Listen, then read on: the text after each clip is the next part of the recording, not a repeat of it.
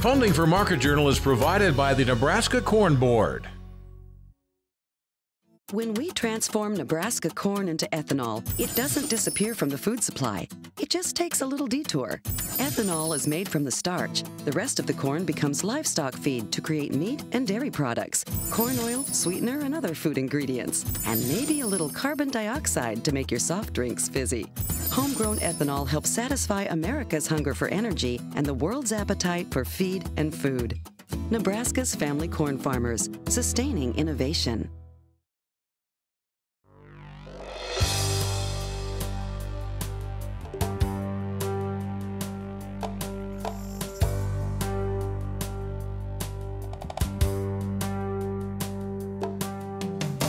Market Journal, television for agricultural business decisions, is a presentation of the University of Nebraska-Lincoln's Institute of Agriculture and Natural Resources. Promotional support is provided by the Nebraska Farmer Magazine, and major funding for Market Journal is provided by the Nebraska Corn Board.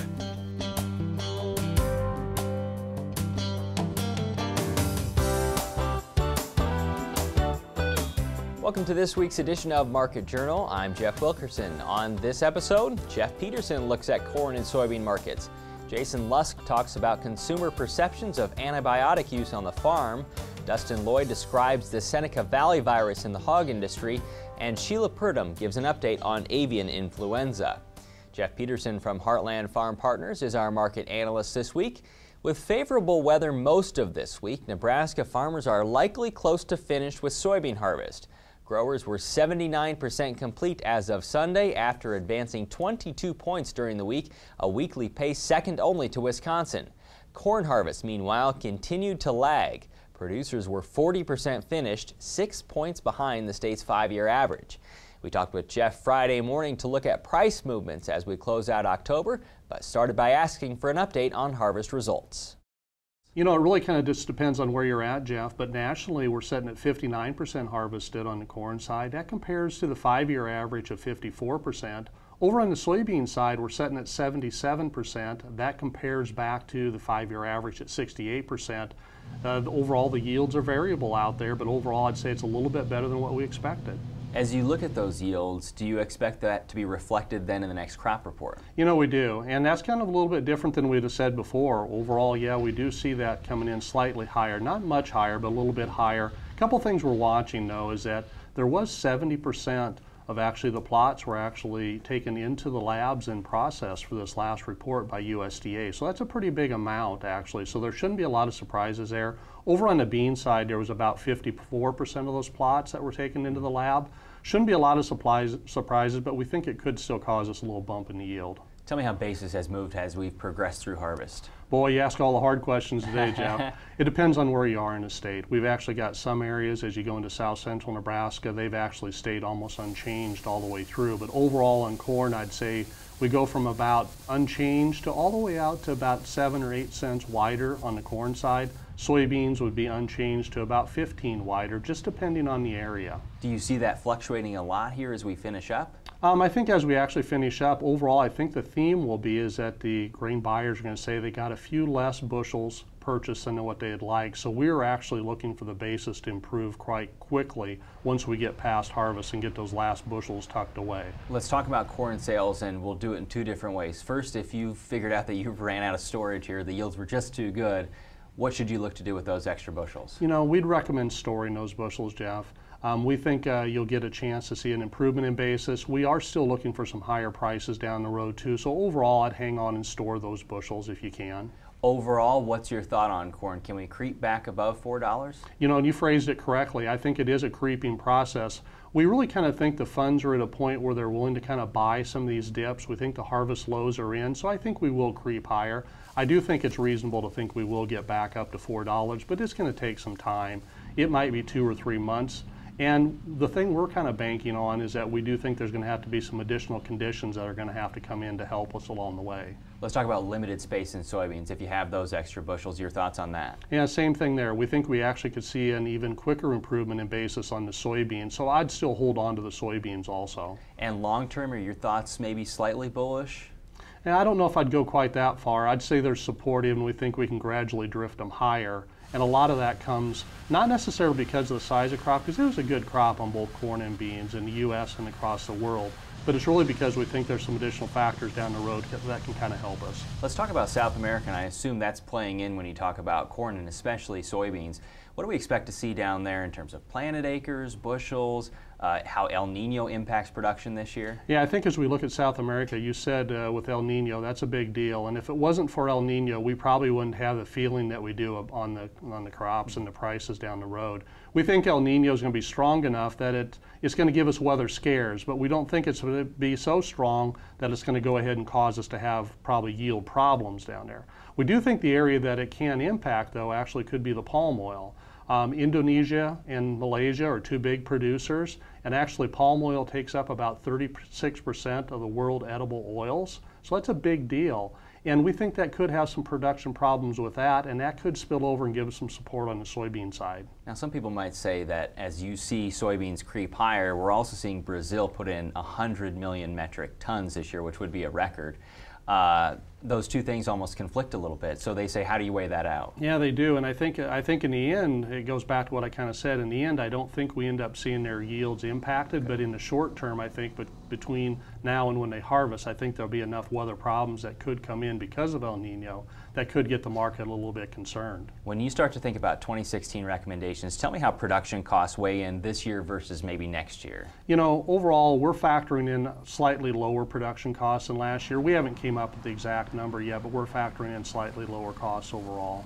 Where do you think that sales might be appropriate for 2016? You know, as we take a look at corn first, I would say that in that 420 area on these 2016 futures, that's an area where we'd like to make some sales. And over on the soybean side, I'd say if we could go ahead and see prices in the 920 to 950 area, we'd get started on the 16 crop. Next week, Elaine Cubb will join us to analyze corn and soybean markets. Starting January 1st, 2018, farmers and ranchers in California will only be able to administer medically important antibiotics with the approval of a veterinarian. The state has enacted a law barring routine antibiotic use, including for the purposes of growth promotion. Several fast food companies have said they'll transition to meat-raised antibiotic-free, with Subway joining the list this week. That chain says by the end of 2016, it'll only serve meat from chickens that have never received antibiotics. Their move in pork and beef will take until 2025. On Thursday, we talked with Oklahoma State's Jayson Lusk to learn how consumers perceive the use of antibiotics on the farm, but we started by asking about the background of this topic. It's actually been an issue that's been debated for probably more than a decade at this point. The European Union over 10 years ago banned the subtherapeutic use of antibiotics. And so, you know, this has boiled over in debates in the United States, and it's been a big discussion point for a long time. About a year ago, the FDA came out with some new guidelines. They're voluntary guidelines. They made some changes in terms of removing certain classes of what they called medically important antibiotics for use for growth promotion reasons. And those rules and the implications of those rules are just now coming out, and we're starting to understand what impacts they'll have. And then yes, California just recently came out with its own new set of rules, which are sort of a step beyond the FDA's rules in terms of outlawing the use of medically important antibiotics, even for the prevention of disease. Is there evidence to suggest that there is a problem, that a problem exists? So, you know, this is a debatable topic. I think there is the concern here really is not a food safety concern. There are withdrawal times, and especially in products like milk. If milk is tested to have an antibiotic residue, it's immediately thrown out. And so in terms of a food safety risk, that's not the problem at all. The concern here really is about the development of antibiotic resistance. And you know, it's a little unclear what the impacts are here. There is some evidence to suggest that the use of some antibiotics in animals could have impacts in terms of humans developing resistance. But the debate is how big is the problem? And I think at least the evidence that I've seen suggests that it's a relatively small problem relative to the overuse of antibiotics in humans. But it is a problem nonetheless, and so I think at least some people view this as a step towards fighting what could be a larger problem in humans later. What is the consumer perception about this? So we've done research on this topic. You know, by and large, people don't know much about animal production. So if you tell them antibiotics are regularly fed to animals, most consumers don't like it. And they seem to express some willingness to pay to avoid the subtherapeutic use of antibiotics in livestock products. That being said, when we ask on surveys, for example, do you think farmers ought to be able to use antibiotics for disease prevention or to treat sick animals, then most consumers are okay with that. They say that's okay. What they really seem to not like is this regular subtherapeutic feeding. You know, we've seen that Subway and a number of other restaurants, McDonald's, Chick-fil-A, Panera, said that they're going to phase out their use of antibiotics or meats that were used with antibiotics. Is this where the momentum is going now? It certainly seems to be the case. Actually, even within, say, the poultry industry, there's been some industry organizations that have also pledged to move away from antibiotic use. And so it does seem to be moving in that direction. And part of it is a response to consumer concerns and trying to get out ahead of some of those consumer concerns. And you know, it's mixed in with a whole bunch of issues and sort of quote unquote clean food movement, if you will. But I think this is one where probably there is some science to support the concerns about antibiotic resistance. And so I think these companies see this as a step to look responsible in the eyes of the consumer. Do you think we continue to see this a state-by-state issue? Well, the new FDA rules at least have been implemented nationwide, and so there is now some federal regulations on the books that will require, for example, veterinarians or a veterinary relationship to use these antibiotics. And so there are slightly stricter rules now at a federal level. Whether other states will proceed as California does is a little hard to know. California is a big state, but in terms of a lot of livestock production, it's probably not a big impact in the sense that you know, they have some feedlots, but not a lot. They're a pretty small state in terms of pork production. And so the impacts on the overall meat supply are relatively minor. And so it's much harder to see an issue like that coming around in states that have large concentrations of animal feeding operations. We've seen consumer concerns and even ballot initiatives on GMOs, antibiotics, crates and cages. Is there anything that makes us say that it affects production now or it could impact future production? I think so. In fact, we just are completing some research looking at a ballot initiative that was in California back in 2008 that banned the use of so-called battery cages in egg production. And these laws just went into effect on January 1. And when we look at the change in prices, in egg prices in California compared to prices in the rest of the country, it looks like it's had, you know, increased prices by about 20 to 30% in California. So it certainly has an impact on prices. The impacts on the production side are a little less clear and will probably depend on which commodity we're talking about. You know, producers there are getting higher prices, but they may not be selling quite as much. So the actual impact on their bottom line is a bit ambiguous at this point. On the Market Journal website, we'll link to more resources on antibiotic use, including California's new initiative. The U.S. pork industry is dealing with yet another health concern. It's called the Seneca Valley Virus, and while different and less significant, it causes clinical signs and lesions the American Association of Swine Veterinarians says are indistinguishable from foot and mouth disease. Because of the associated international trade ramifications of FMD, that makes an appropriate diagnosis of Seneca Valley virus critically important.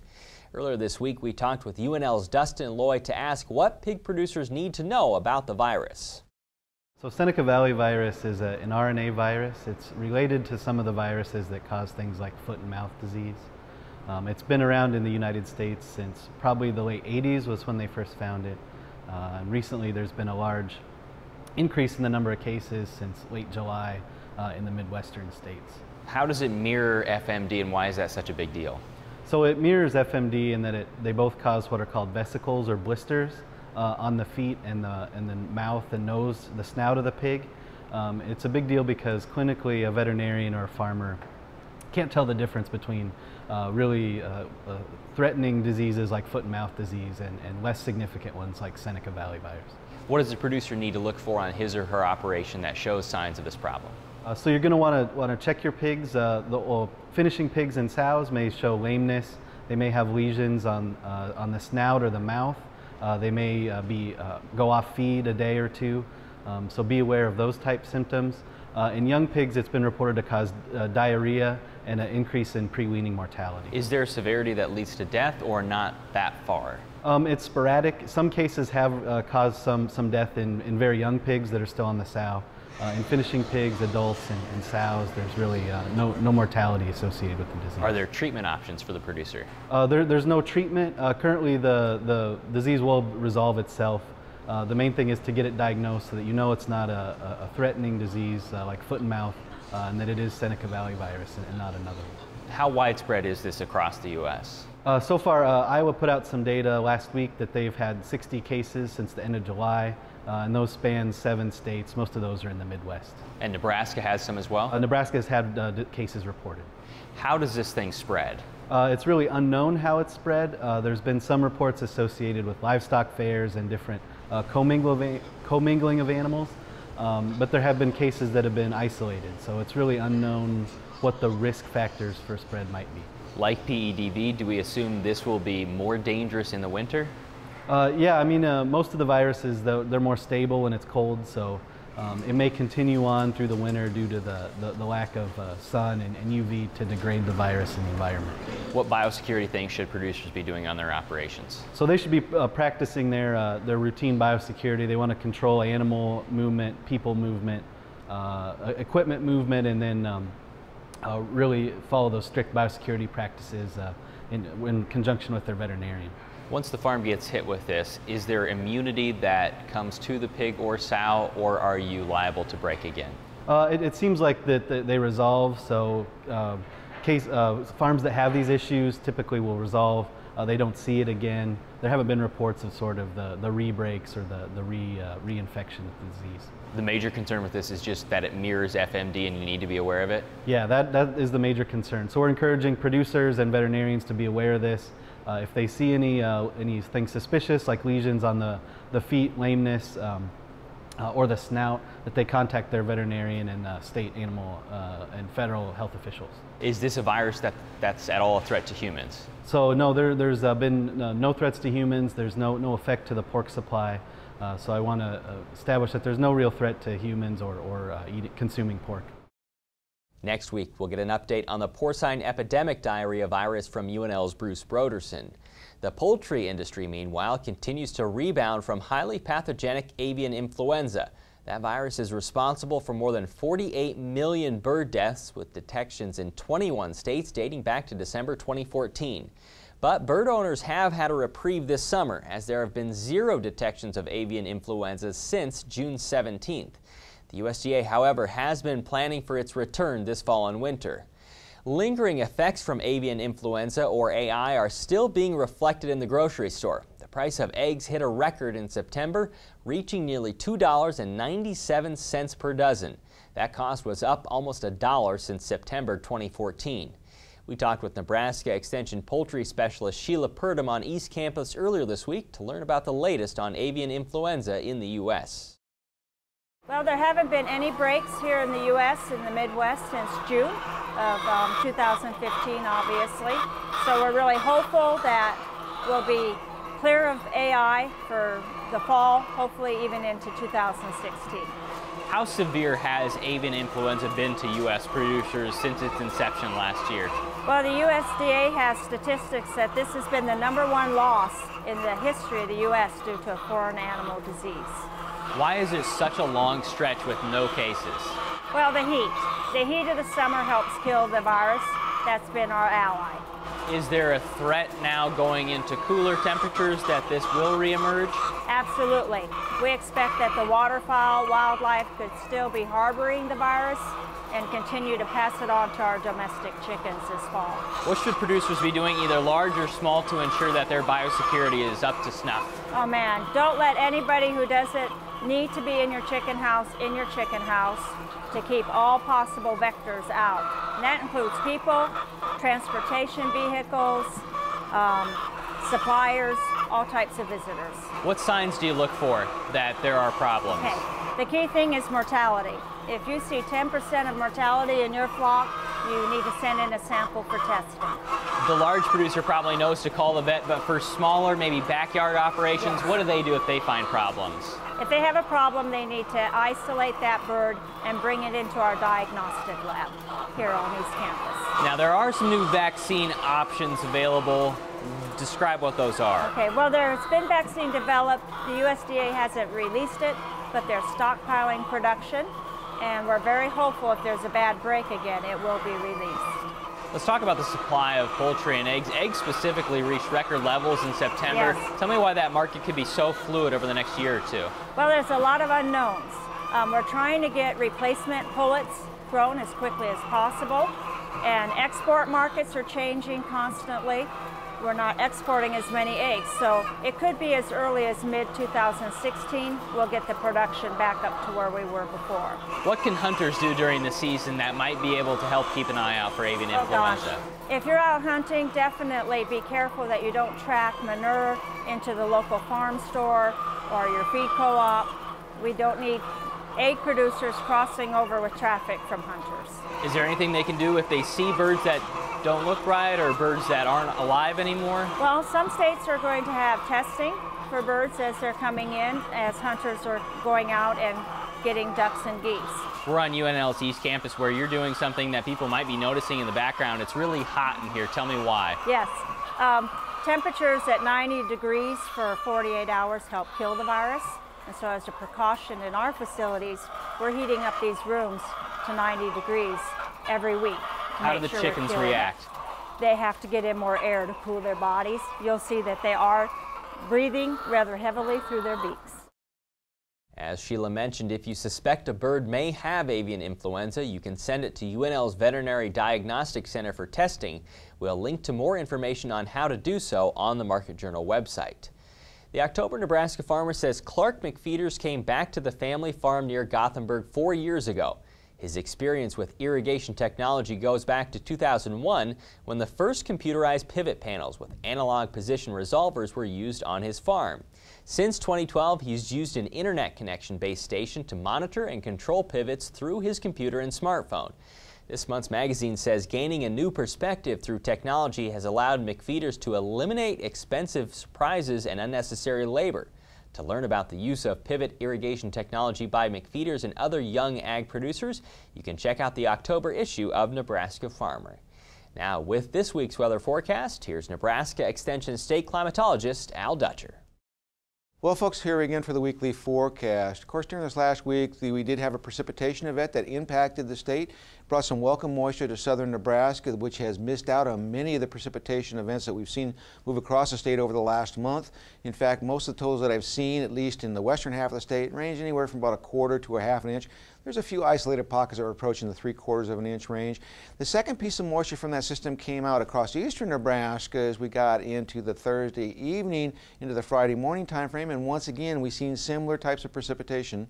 1/2 inch was very common across a good portion of eastern Nebraska, with a few pockets, particularly as you got up into northeastern Nebraska, of around 3/4 of an inch. Further to our south, this upper air low did bring some very significant moisture to Texas and Oklahoma. This is an area that has received little in the way of significant moisture over the last couple months, and we had seen the drought intensify rather rapidly in this region, so we should expect at least to see a 1-category reduction in the drought depiction for Texas. And if this pattern continues as we expect through the fall period, it would not shock me whatsoever that we will see pretty much the entire elimination of drought in Texas before we get through the winter, and it wouldn't surprise me if we see it before the end of the year, because we are seeing these upper air lows coming into the western United States and cutting off, and as they cut off they slowly drift toward the east, and we see some significant moisture. This system that affected Texas and our region of the Central Plains really bore down on Southern California last week, only to see it transverse into eastern portions of Texas as we got into this week. And if we look 2 weeks back,